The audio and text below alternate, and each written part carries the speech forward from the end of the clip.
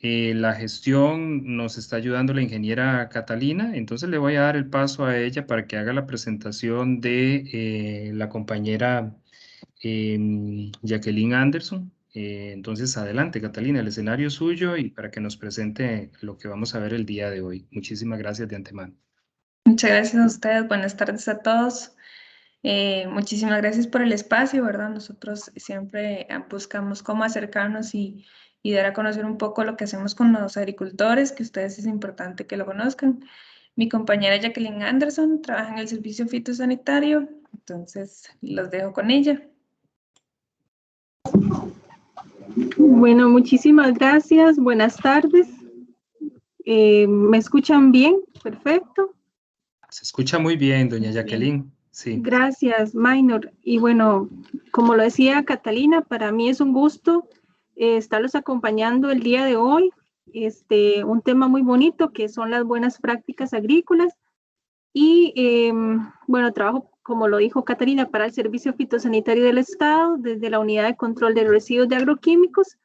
Y pues es un tema que poco a poco vamos haciéndole ver a los productores de la necesidad y de la importancia de pues realizarlo y enfocarlo desde el punto de vista de inocuidad y de seguridad, ¿verdad? Entonces vamos a iniciar con la presentación. Cualquier duda o pregunta, agradecemos que las hagan al final de la charla o las pueden ir escribiendo por el chat para irlas tomando en cuenta.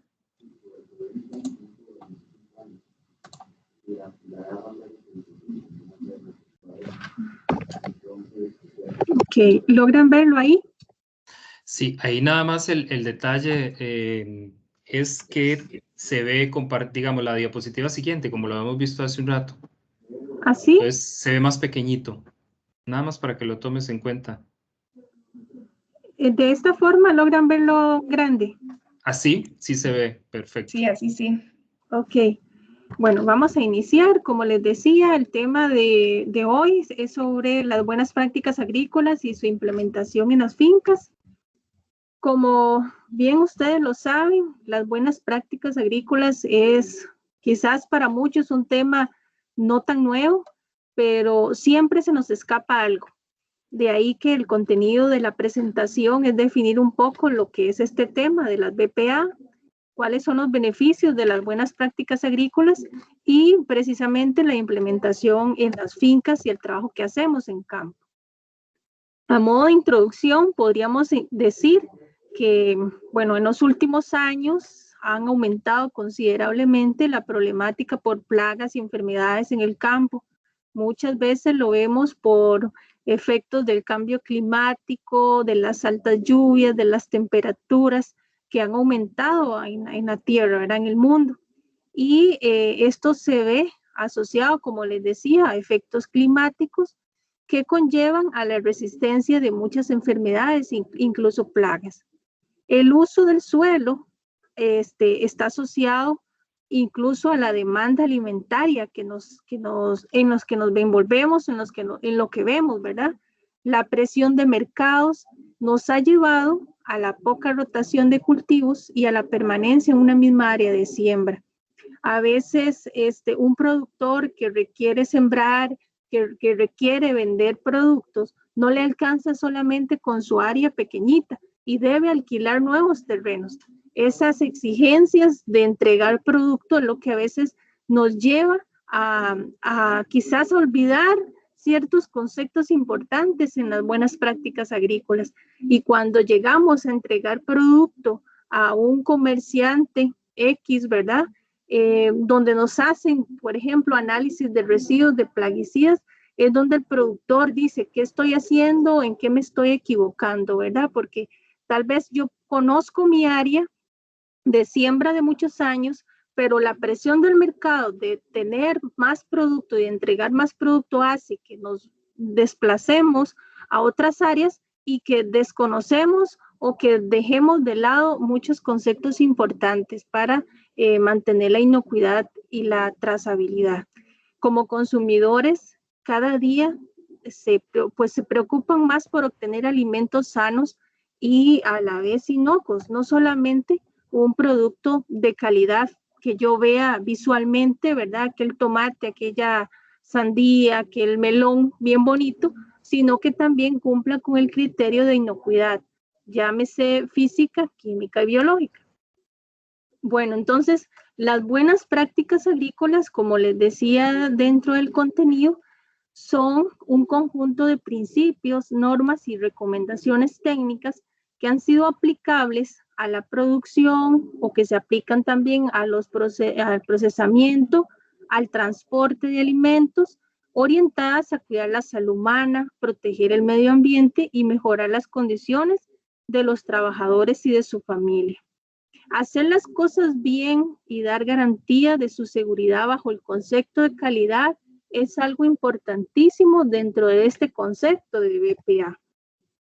De ahí que muchas veces nos preguntamos, ¿por qué es importante aplicar las buenas prácticas agrícolas en nuestra finca? Podríamos decir o separar con BPA o sin BPA en nuestra finca. ¿Y qué podríamos encontrarnos? Bueno, con BPA podríamos hablar de productos más sanos y más inocuos, desde el punto de vista, como les decía, físico, químico y biológico, trabajadores saludables, sostenibilidad y permanencia en los mercados, va a haber mayor control en la producción porque podemos darle trazabilidad a todos los procesos de inicio, desde la siembra hasta la cosecha.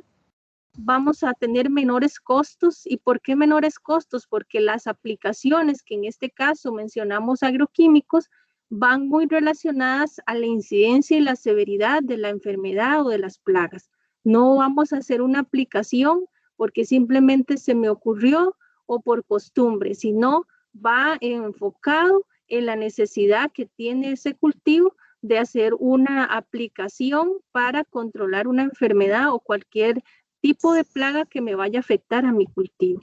Y por ende, vamos a encontrar un mayor rendimiento, llámese productividad de la cosecha que yo voy a sacar.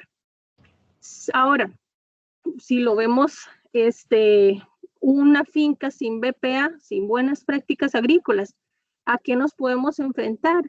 A productos contaminados que podrían poner en riesgo nuestra salud, y desde el punto de vista químico principalmente, ¿verdad?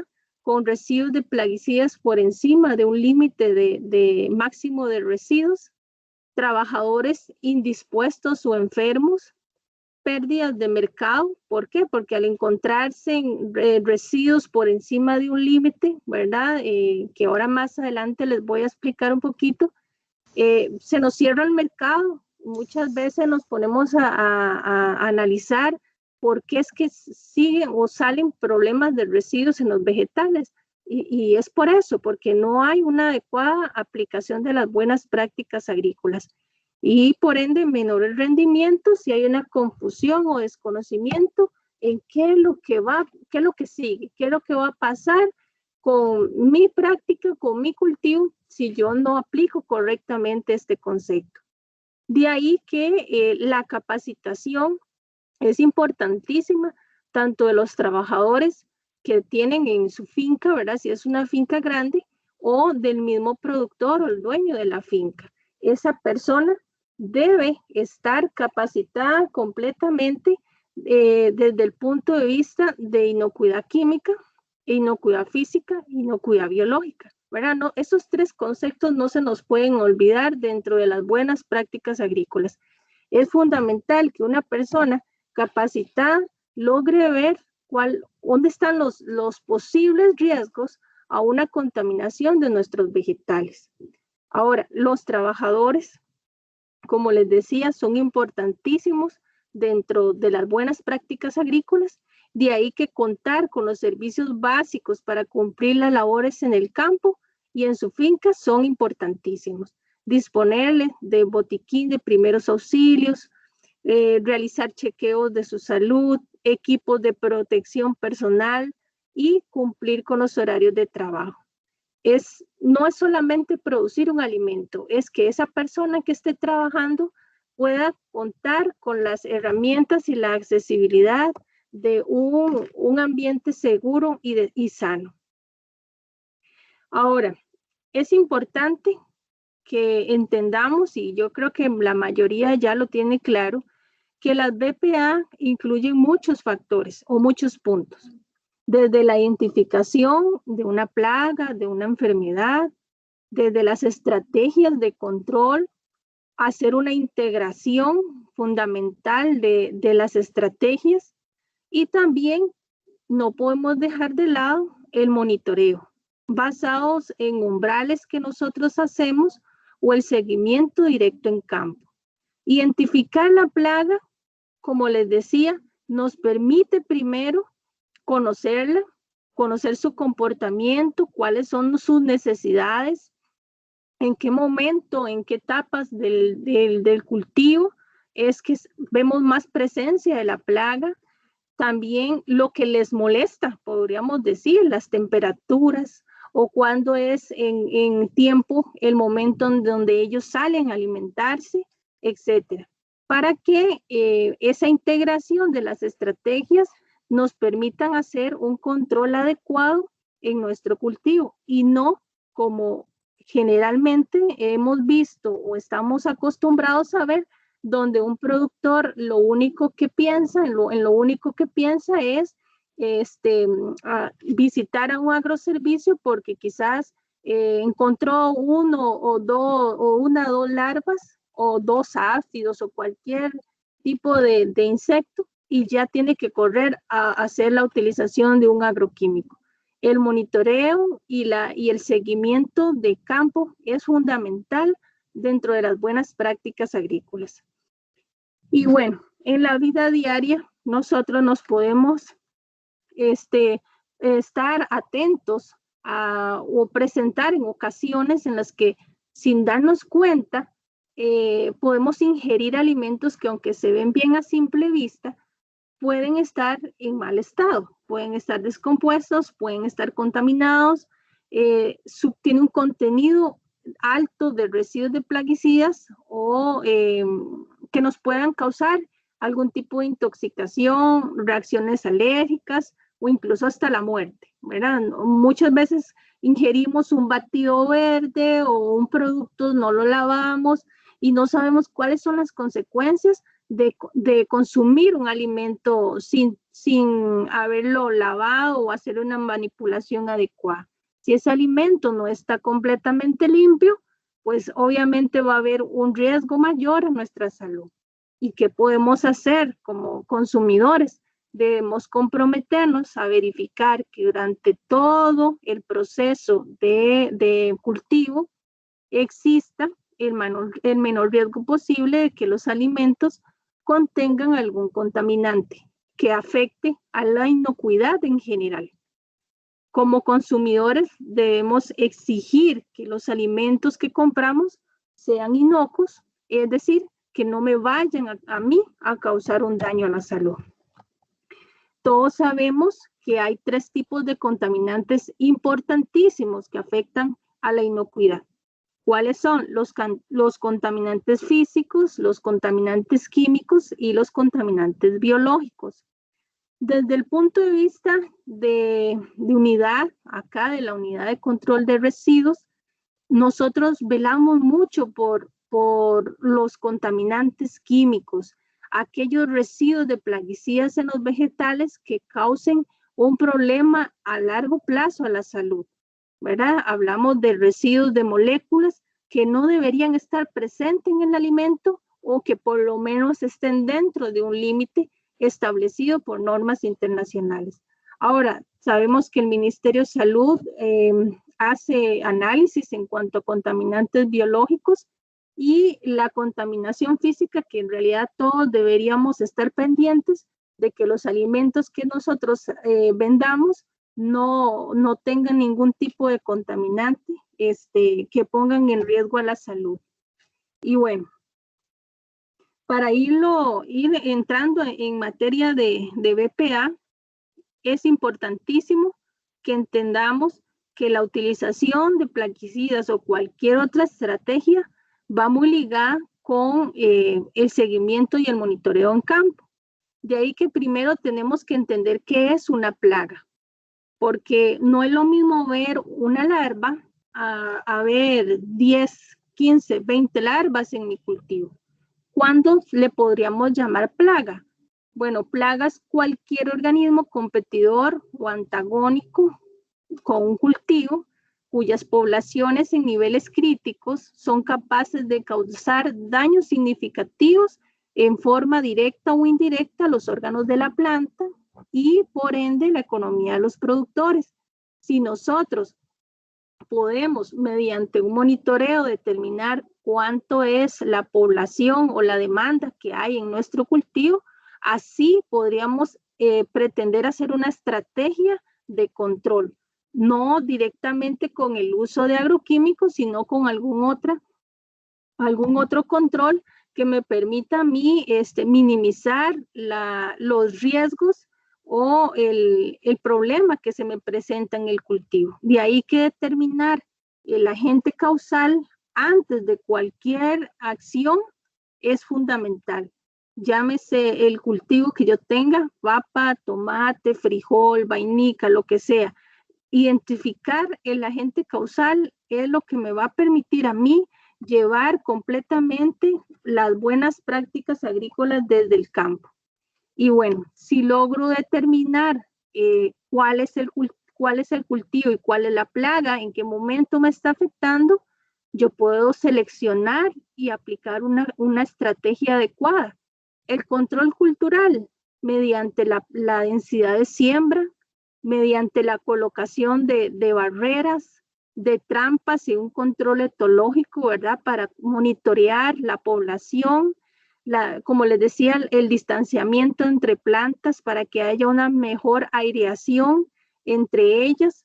Sabemos muy bien que en época de lluvia las camas deben tener una altura pues distinta a en época de verano y todos lo sabemos. ¿Por qué? Porque en época de verano pues hay más exposición de las raíces y pues se tiende a secar más el terreno. Entonces la preparación del terreno, el control cultural es fundamental cuando hacemos un monitoreo y conocemos nuestra área de cultivo y hacia qué nos enfrentamos. No es lo mismo un productor que siembra ayote a uno que siembra tomate o que siembra chile. ¿Por qué? Porque las poblaciones y los factores o todo aquello que me afecte quizás son muy distintas o pueden favorecer la presencia o la incidencia de plagas y enfermedades con mucha mayor severidad.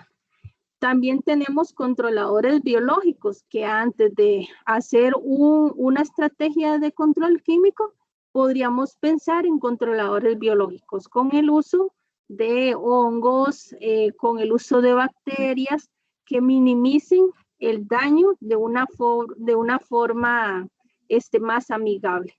Por ejemplo, en insectos, el uso de depredadores.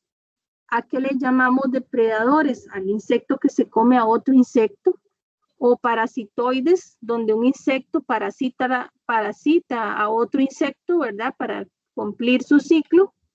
Hongos entomopatógenos como el famoso Metarrhizium, la Beauveria, Phaseolomyces, el hongo parásito enfermedades, por ejemplo, la tricoderma, que es muy usado como controlador biológico.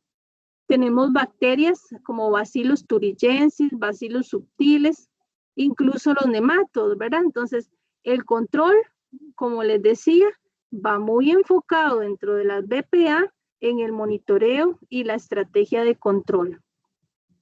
Les decía que desde la unidad de control de residuos de agroquímicos del servicio fitosanitario nos enfocamos mucho en el uso correcto de estas sustancias.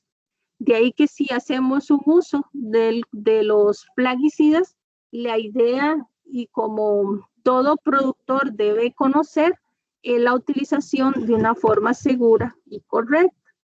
El Servicio Fitosanitario del Estado pone a disposición de todos los usuarios una lista de los productos que se encuentran registrados en el país, los que están autorizados, y también un dato muy importante, los límites máximos de residuos. ¿Qué es un límite máximo? Es aquella cantidad máxima que es permitida a un alimento que no me va a causar a mí un daño a mi salud. Esa información está accesible en la página del Servicio Fitosanitario, que puede verse y tomarse basados en normas internacionales, ya que Costa Rica, por decreto, el 35301, habla de que Costa Rica adopta en primera instancia los valores de Codex, y si en caso de que Codex no los tenga, toma el valor más alto entre la Unión Europea y EPA. Entonces, todo productor tiene a disposición la información para conocer que si ese producto que yo estoy utilizando está realmente autorizado en el país, registrado, autorizado en el cultivo y que cuenta con un límite máximo de residuos. ¿Para qué me sirven a mí los límites máximos de residuos? Para determinar si yo con una aplicación que hago en el campo voy a, en caso de tener una muestra de análisis de residuos, salir con problemas, que sea que el vegetal tenga residuos que pongan en riesgo a la salud humana. Entonces, recordemos que cuando hacemos un uso de un plaguicida, es importantísimo leer la etiqueta y el panfleto. Ahí nos indican, nos da toda la información que nosotros debemos conocer para hacer un uso adecuado y minimizar el riesgo a la salud con la alimentación de vegetales o de frutas, etc. No debemos utilizar productos vencidos. ¿Y dónde vemos eso? Bueno, el vencimiento siempre viene indicado en la cara derecha de la etiqueta. Ahora lo vamos a ver. Generalmente mencionamos 2 años, que es la vigencia, ¿verdad?, de un producto plaguicida. Dosificar correctamente es importante, ¿verdad? No irnos a la aplicación por costumbre, por las cucharitas, ¿verdad?, por el vaso de plástico que tengamos. La dosificación correcta es importante. Consultarle al técnico del área si no logran determinar primero la plaga, ¿verdad? Primero debemos conocerla, cuál es su hábito de crecimiento o de desarrollo o de alimentación, etc. Respetar el periodo de carencia es importantísimo para así jugar con los límites máximos de residuos. Ese periodo de carencia es el intervalo entre la última aplicación y la cosecha. Vamos a identificar la plaga, como les decía, antes de hacer una utilización o aplicar una estrategia, y que no se nos olvide que el equipo de protección personal es básico para proteger la salud del trabajador. Todos sabemos que el equipo de protección debe incluir guantes, lentes, botas, delantal, mascarilla, pantalón largo. Por ejemplo, hemos mencionado que el pantalón debería ir por fuera, ¿verdad?, de los zapatos o de las botas, porque si hay un derrame, que no se nos caiga producto dentro de la bota o dentro del zapato, ¿verdad? Entonces, es importantísimo el equipo de protección personal. Ahora, los productos plaguicidas, como lo ven acá, todos tienen una banda de color. ¿Y qué es esa banda de color? Bueno, las bandas toxicológicas nos hablan sobre el grado de peligrosidad de ese plaguicida. Podemos encontrar la banda roja, la banda amarilla, la banda azul y la banda verde. Para términos prácticos, es verlo así. La banda roja, que nos indica peligro, peligro amarillo, azul atención y la verde atención. Todos son tóxicos para la salud humana, ¿verdad? ¿Qué nos dicen las bandas? Que una persona que no aplica o que aplica sin equipo de protección se ve expuesto a un peligro de sufrir una intoxicación grande con el uso de plaguicidas. Ahora, la banda de color rojo y la banda de color verde no es que va a haber un producto más efectivo para eliminar la plaga, no, es más, me habla a mí de qué tan peligroso es si yo me expongo sin las medidas de protección adecuadas. Un producto de banda roja, por ejemplo, puede ocupar hasta 5 miligramos para eliminar el 50% de una población de ratas.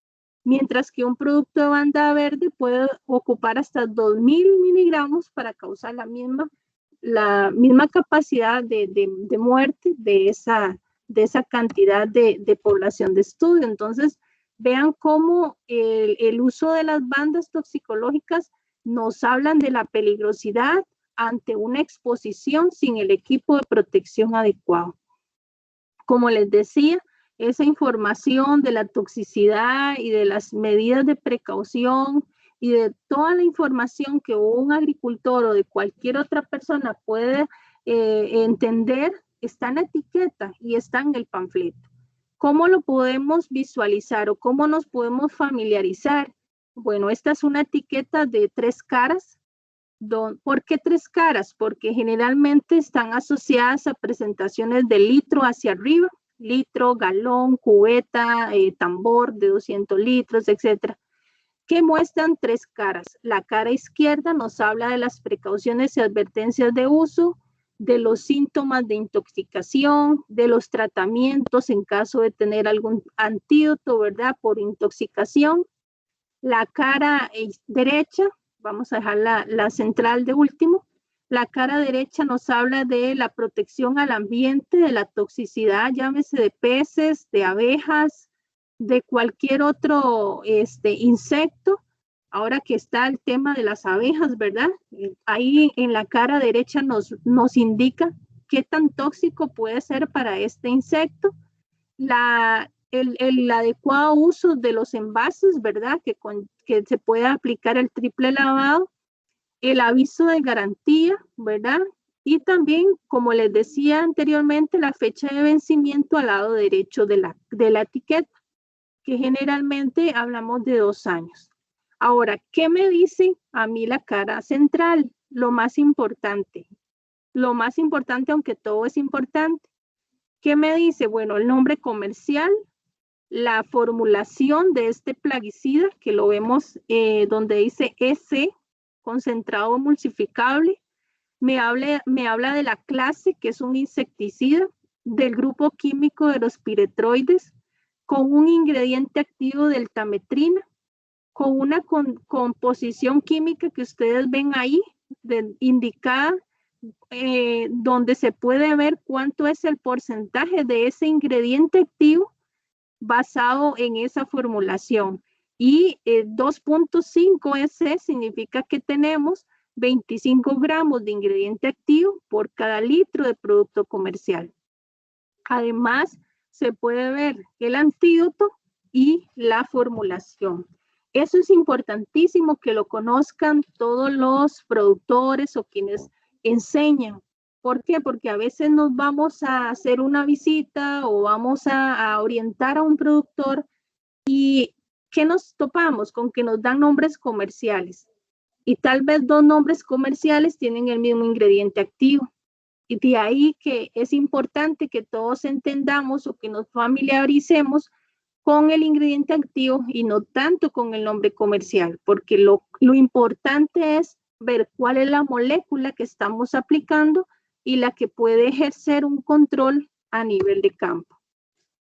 Cuando hacemos uso de un plaguicida, no debemos olvidar que debemos colocarlos en un lugar seguro, bajo llave, alejado del acceso a los niños o cualquier otra persona que no esté a cargo de la bodega o del uso del plaguicida como tal.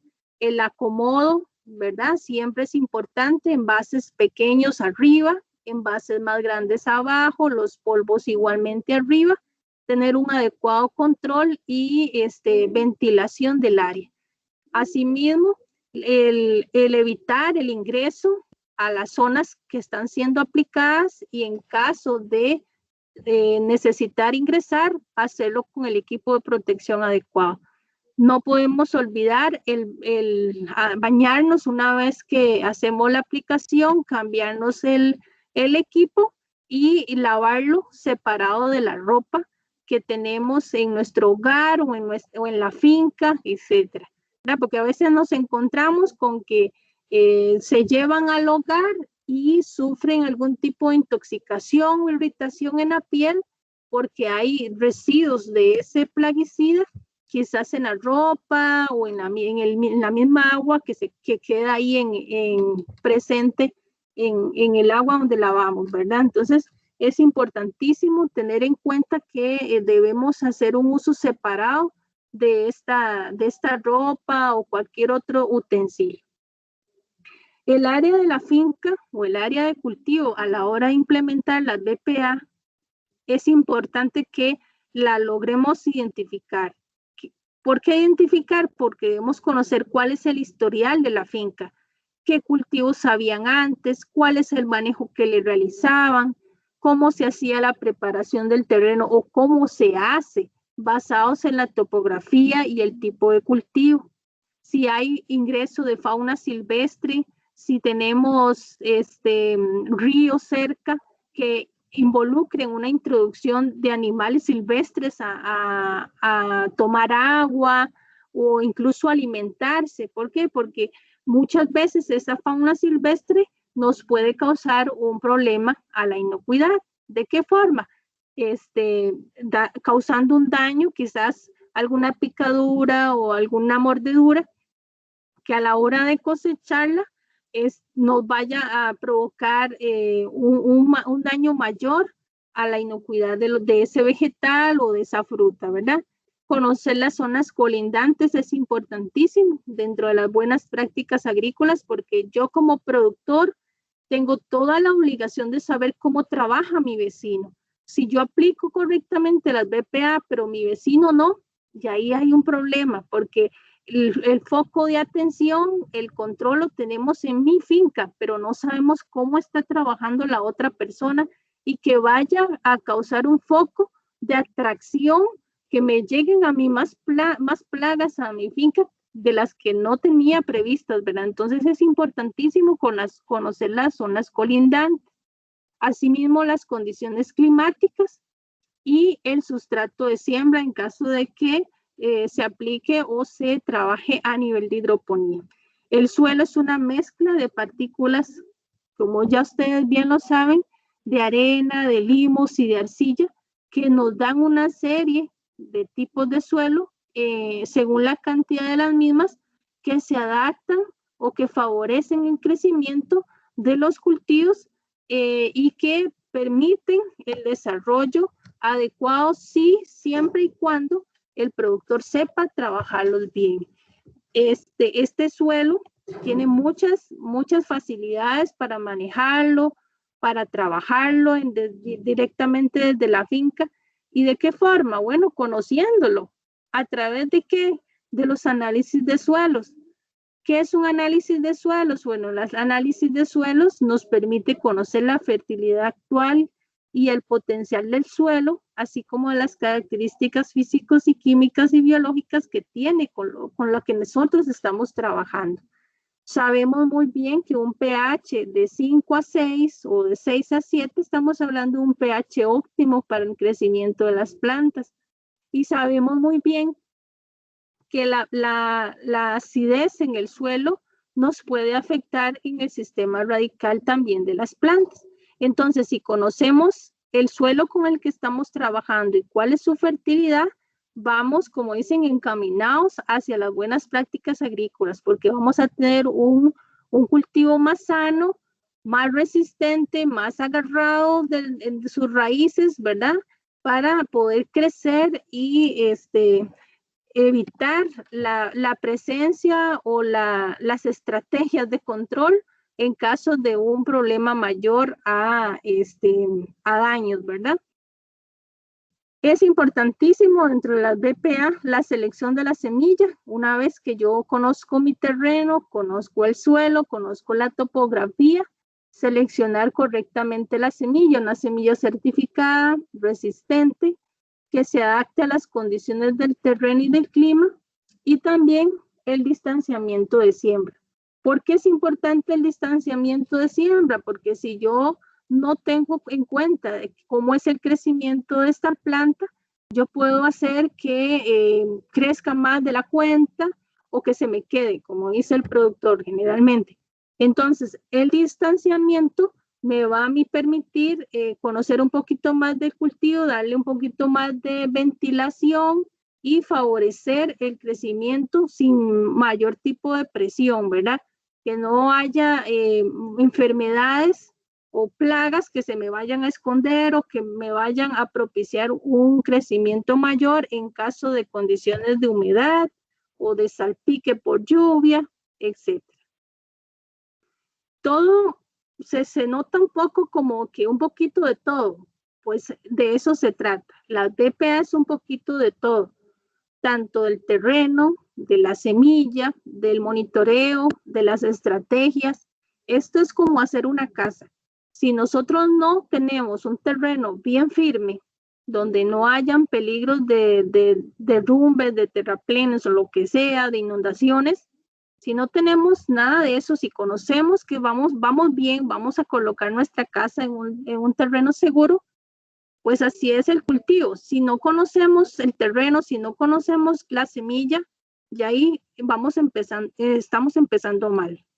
Ahora, el sistema de riego es importante, ¿verdad? ¿Cuál es la disposición o cómo le vamos a disponer de un recurso importantísimo para el crecimiento de las plantas, como es el agua? Debemos identificar la fuente, de qué tipo de fuente estamos usando, si es agua superficial, si es agua subterránea de por medio de pozo o si es agua potable.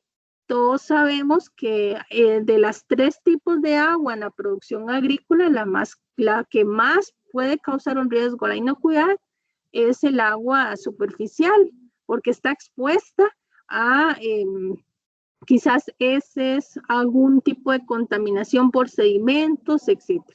Y bueno, si nosotros identificamos qué tipo de agua estamos usando y cuál es la forma en la que le llevamos al cultivo, no nos queda más que de vez en cuando, por lo menos una vez al año, hacerle un análisis microbiológico para evaluar cómo está esa agua. ¿Qué estamos haciendo? No solamente es abrir las llaves y ya, sino determinar cómo es esa agua, si está limpia, ¿verdad? Si no tiene ningún tipo de contaminante biológico, por ejemplo, E. coli o salmonela o cualquier otra, que me vaya a mí a afectar y poner en riesgo la inocuidad de los vegetales.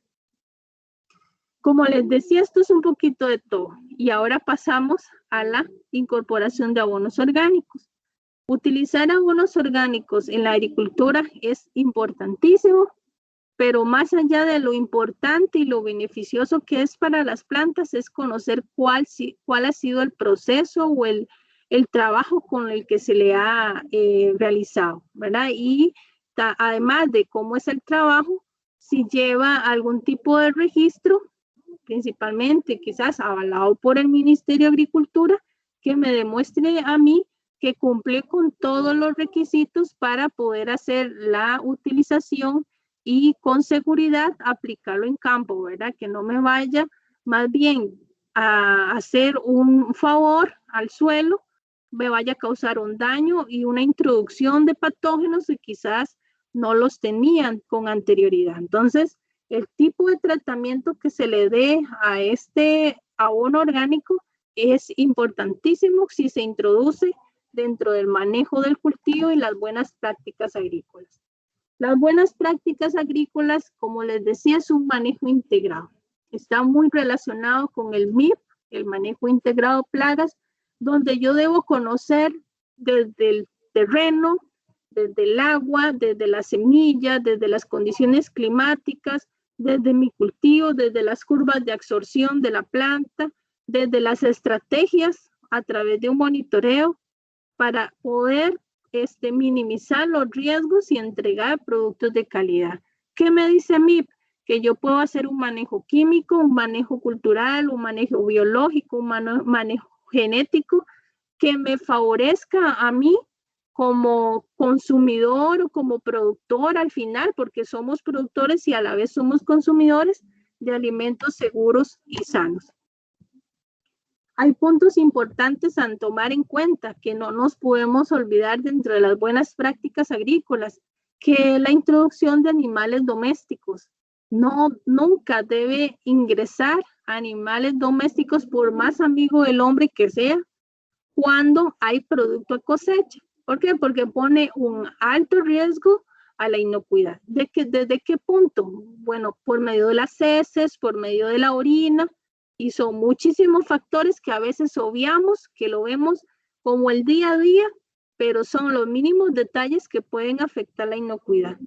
Ahora, otro dato importante, los animales de trabajo, ¿cuándo los ingresamos? ¿Al inicio o al final? Cuando tenemos cosecha. Bueno, si es al inicio, podríamos creer que se pueden utilizar, se pueden introducir, pero como lo ven en el dibujo, dice ahí, no ingresar animales. Ya hay cultivo sembrado. Un animal no debe ingresar al área si ya hay producto a cosecha, porque los riesgos a la contaminación biológica aumentan y ponen en riesgo la inocuidad. En cuanto a la cosecha, véanlo acá, el vegetal no debe tocar el suelo, ni mucho menos recolectar los frutos que se han caído, ¿verdad? Se han desprendido, porque ponen en riesgo ese vegetal, ¿verdad? De ser contaminado de forma biológica. Y también, como trabajador sano y que está capacitado en sus labores agrícolas, debe siempre recordar que a la hora de cosechar se deben lavar muy bien las manos, que debe haber una limpieza y luego una desinfección de las herramientas, uso de los guantes limpios, ¿verdad?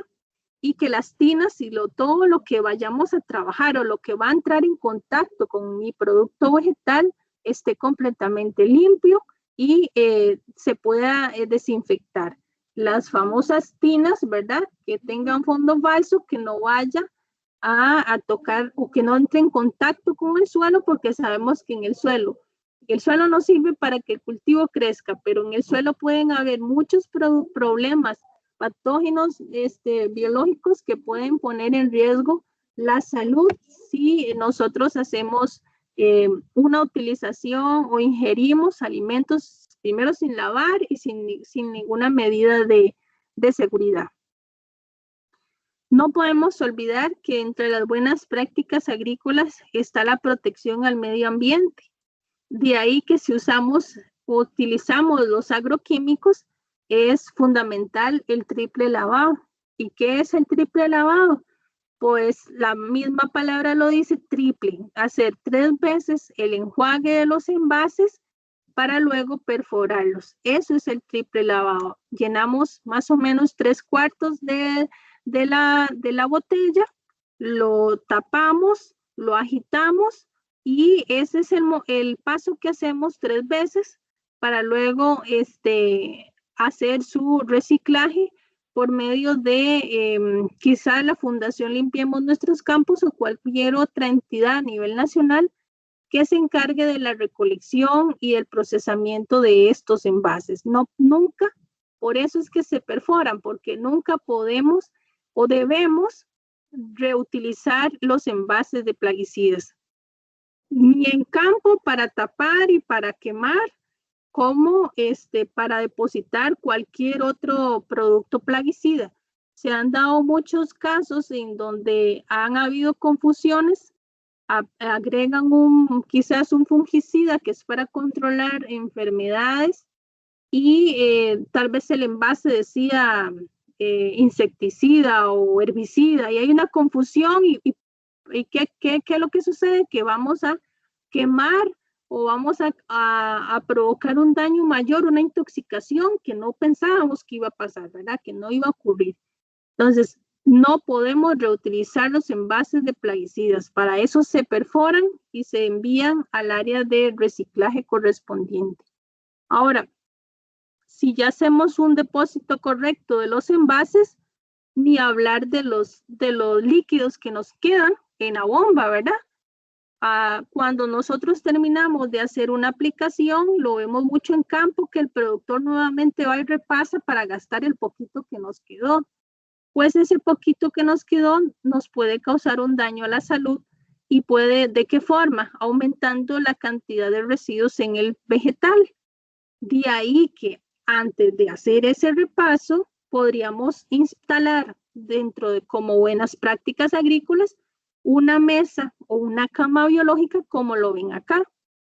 ¿Qué es una cama biológica? Es donde está el señor con una pala, en donde hace un hueco directamente en el suelo, donde coloca arcilla al fondo, ¿verdad? Que la arcilla lo que va a hacer es minimizar la escorrentía o la lixiviación o la infiltración de residuos de plaguicidas, casi que decirle puros, ¿verdad? Y vamos a ir colocando capitas. ¿De qué forma? Bueno, de paja, de abono orgánico, de suelo, y así sucesivamente, paja, abono orgánico, suelo, paja, abono orgánico, suelo, hasta el final. ¿Qué es hasta el final? Hasta que quede al tope, como dicen, del hueco que hemos hecho directamente en el suelo. Ese hueco arriba, de último, la capa última va a tener tierra. Ese suelo o esa tierra la vamos a utilizar para sembrar semilla de pasto. Esa semilla de pasto va a ser un indicador. ¿De qué forma? Un indicador de la humedad con la que tiene esa cama o esa mesa biológica. Esa utilización o ese trabajo lo vamos a esperar, lo vamos a poder utilizar 2 meses después. A los 2 meses después yo puedo ir y en vez de repasar con lo que me quedó una bomba o a la hora de lavar el equipo, puedo depositarlo en esa cama biológica que se hace directamente en el suelo o en esa mesa biológica que se hace en un estañón plástico, por ejemplo. Es el mismo procedimiento donde lleva al fondo la arcilla, paja de arroz, abono orgánico, suelo, paja de arroz o algún otro tipo de material rico en lignina, y que al final sembremos el pasto para que los microorganismos que se van a formar ahí se encarguen de degradar esa molécula de plaguicida y que no me cause una contaminación tanto de residuos por plaguicidas porque la persona va y repasa, o porque se me infiltre y me vaya a hacer un daño, una contaminación a fuentes de agua, a mi vecino o cualquier otro sedimento que vaya a llegar fuera del área del cultivo. Y bueno, no podemos dejar de lado o de mencionar de que dentro de las buenas prácticas agrícolas existen los registros. De aquí no se nos puede olvidar que el primer registro dentro de las buenas prácticas agrícolas, dentro de una finca que se encuentre completamente preparada para hacer las cosas bien, el primer registro, ¿cuál es? El registro de capacitaciones. Una persona capacitada, un trabajador capacitado logra ver aquello que otra no lo ve. Todo productor puede determinar cuáles son los riesgos a la inocuidad, ¿verdad? ¿Cuáles son los riesgos? Los riesgos biológicos, los riesgos químicos y los riesgos físicos. Ponen en riesgo la inocuidad de los vegetales. Podemos llevar registros de las fechas de siembra, de las aplicaciones de agroquímicos, del registro de lavado de herramientas, del monitoreo de plagas, de las ventas realizadas, de los gastos realizados y también, que es muy importante, tener en cuenta quién toma ese registro. Llámese el productor, llámese la persona encargada de la finca, etc. Pero si no documentamos lo que nosotros vemos en nuestra finca, llámese para actividades de control económico como de monitoreo, estamos mal. Los registros son básicos dentro de las buenas prácticas agrícolas. De ahí que les decía, las ventajas del registro a nivel de BPA es la identificación de los problemas fitosanitarios, de llevar trazabilidad de los procesos en la finca y de mejorar la calidad de los productos. Cualquier actividad que desarrolle un productor es capaz de darle seguridad al consumidor que son productos sanos, limpios, que no llevan ningún contaminante, como les decía, físico, químico y biológico.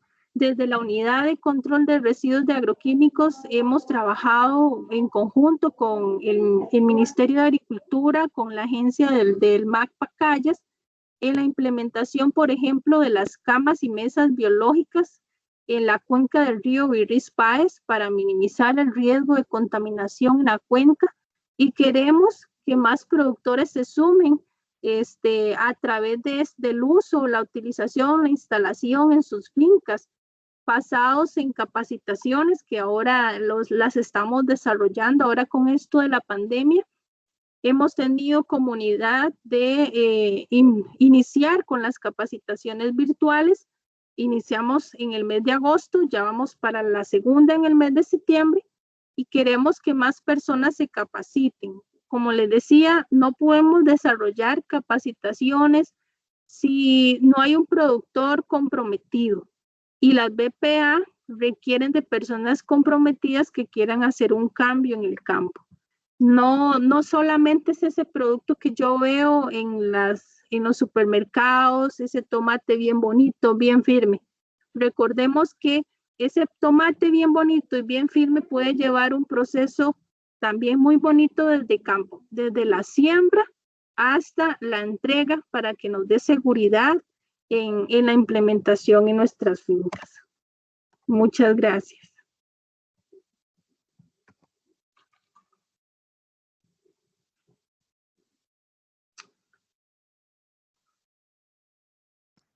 Jacqueline, muchísimas gracias. Muy valiosa la información. Creo que tenemos una consultita, Jacqueline. No sé si nos abres un espacito para consultas. Yo también tengo ahí como un par que me gustaría socializar. Y tenemos la consulta del señor Minor Serrano. Dice, buenas tardes. ¿Podríamos los CTP tener una certificación de BPA como valor agregado? Tal vez si nos hablas un poquito de esa certificación, que creo que es voluntaria, y si conoces algo del tema, tal vez yo creo que sería un punto importante, Jacqueline. Claro, Adelante. claro que sí, claro. Bueno, desde la unidad de control de residuos, nosotros trabajamos con lo que es la certificación voluntaria. Para poder optar por la certificación voluntaria, como les decía, primero es la capacitación.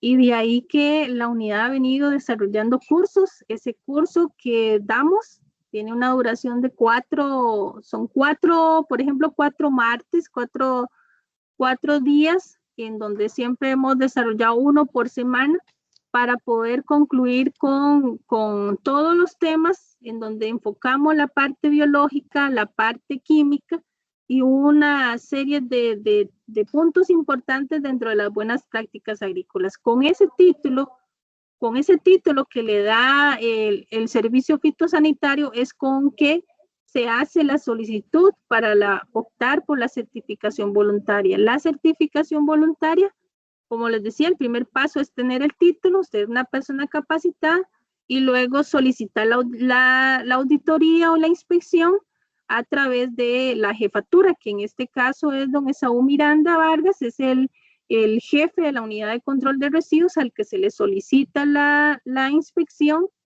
como les decía, primero que nada con el título de BPA, ¿verdad? De la participación a las capacitaciones.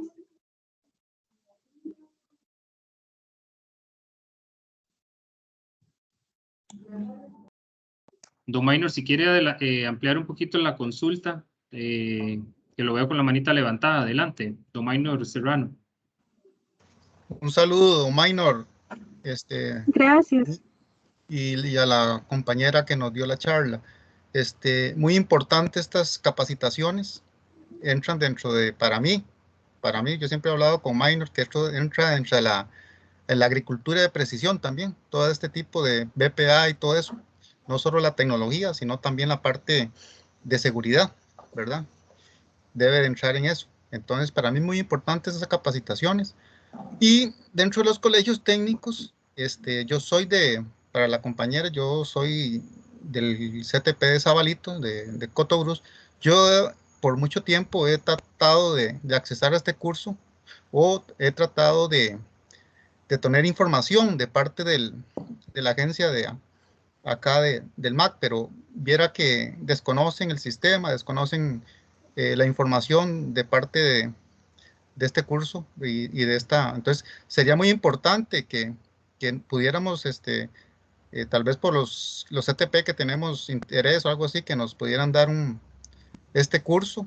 Sí. Yo pienso que que aquí de parte del CTP de Sabalito, yo pienso que estaríamos muy anuentes los compañeros de Departamento de Agropecuaria a recibirlo, y no sé si tiene que ser por medio de la agencia de extensión de la zona, pero es que ahí cuesta mucho la información porque hay mucho desconocimiento también de parte de ellos. Muchas Sí, gracias y los felicito por este tipo de capacitaciones. Gracias, don Minor. Adelante, doña Jacqueline. gracias. Bueno, quería aprovechar y mencionar que el Servicio Fitosanitario del Estado publica las fechas de los cursos a través de la página web o también a través del Facebook. Por ahorita tenemos un curso que inicia la próxima semana, son los 4 martes de septiembre, en donde se inscribieron hasta 200 personas a nivel nacional, y también tenemos para octubre. Entonces, en este caso sería que estén muy pendientes de la página para que conozcan las fechas de capacitación y que se puedan inscribir. Igualmente, yo les puedo dejar mi contacto porque si tienen alguna duda y si necesitan que les haga un espacio, yo con mucho gusto, si me dan el visto bueno, yo les puedo separar el espacio para hacer la inscripción, ¿verdad? Al curso de BPA, que eso sí es obligatorio los 4 días para poder optar por ese título. Muchas gracias. Más bien, yo creo que vamos a aprovechar la oportunidad, lo podemos coordinar con un poquito más de precisión para poder incluir tal vez a más centros educativos ya en un proceso de que puedan llevar el curso. Doña Jacqueline, me parece muy bien. Agradecerle a don Minor también que hiciera la consulta. Creo que podemos hacer un grupo bonito a nivel nacional Exacto. y pudiéramos estructurarlo, invitar gente y a eso me comprometo también y creo que también tendríamos mucha gente interesada a nivel nacional. Adelante, don Minor. Serrano, adelante. Sí, me comprometo también, don Minor, hay que ayudarle en algo para que este curso llegue a los colegios. Yo también me ofrezco a ayudarle en lo que tenga ahí a bien. Muchas gracias, más bien. No sé si hay alguna otra consulta. A mí me gustaría aprovechar el espacio para hacerle una consulta, doña Jacqueline. Por ejemplo, nosotros digamos que tenemos un escenario donde un productor está casado con todo lo químico, ¿verdad?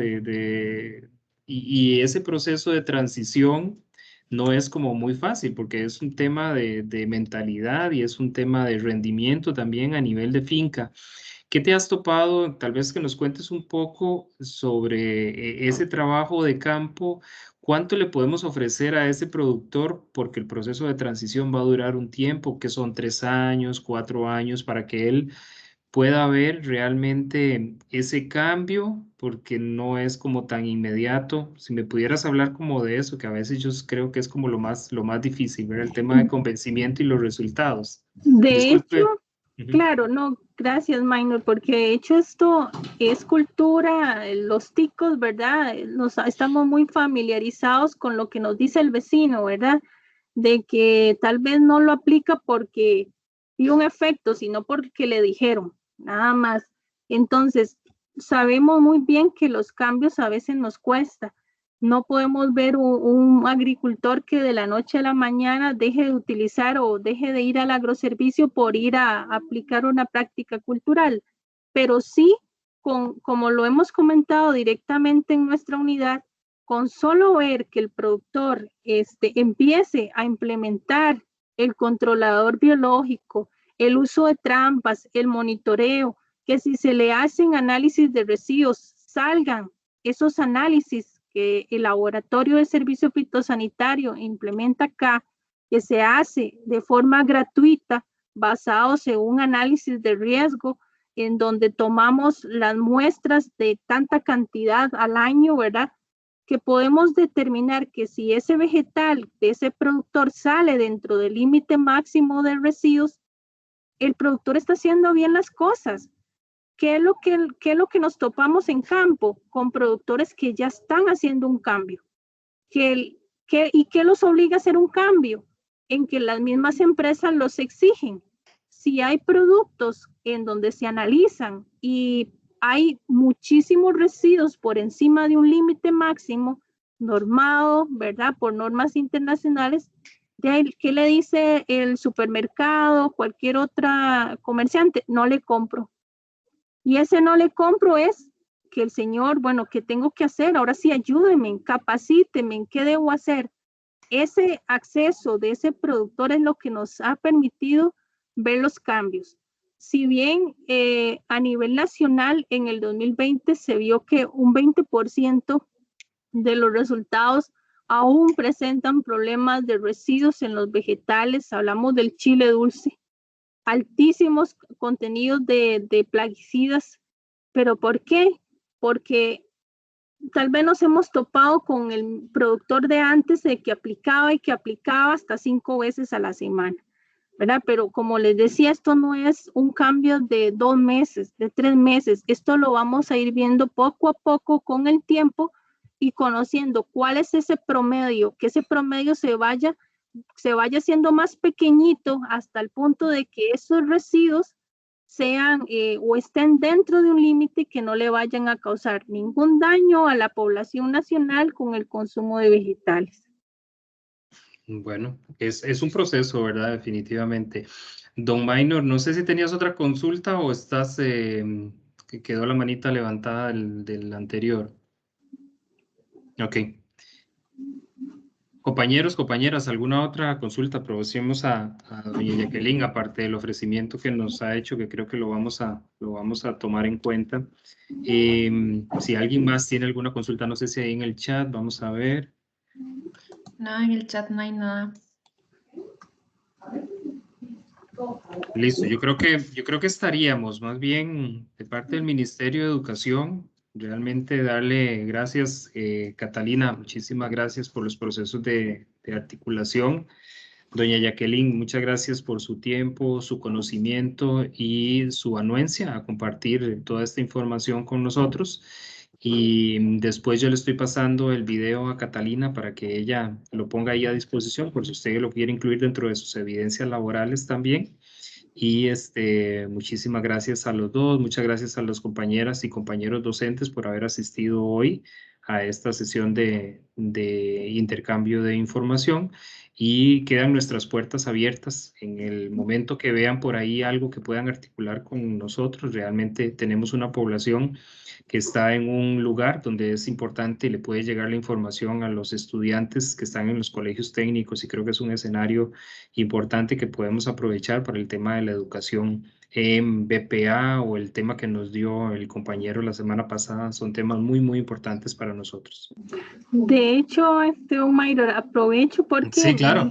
mi jefe está muy interesado en poder llevar este conocimiento a los colegios. Entonces, de mi parte, yo me comprometo a hacerle ver a la jefatura de la anuencia que tienen ustedes en el tema de la certificación y de la capacitación, y para que ojalá podamos tomarlos en cuenta para los próximos cursos.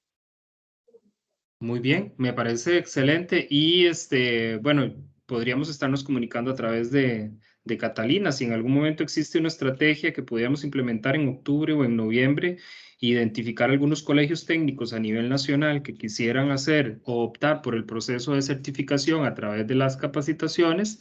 No sé si estas son presenciales o virtuales, pero yo sé que las podríamos realmente implementar consiguiendo un grupo bien bonito de profesoras y de profesores que pudieran accesar a ese recurso, que yo lo veo también muy pertinente. Sería, como lo dijo don Maynor Serrano, un valor agregado para las fincas de los colegios técnicos. De hecho, con esto de la pandemia, como dicen, nos tiramos al agua, porque siempre habían sido presenciales, pero ahora se están realizando de forma virtual. Entonces, de cualquier parte del país se pueden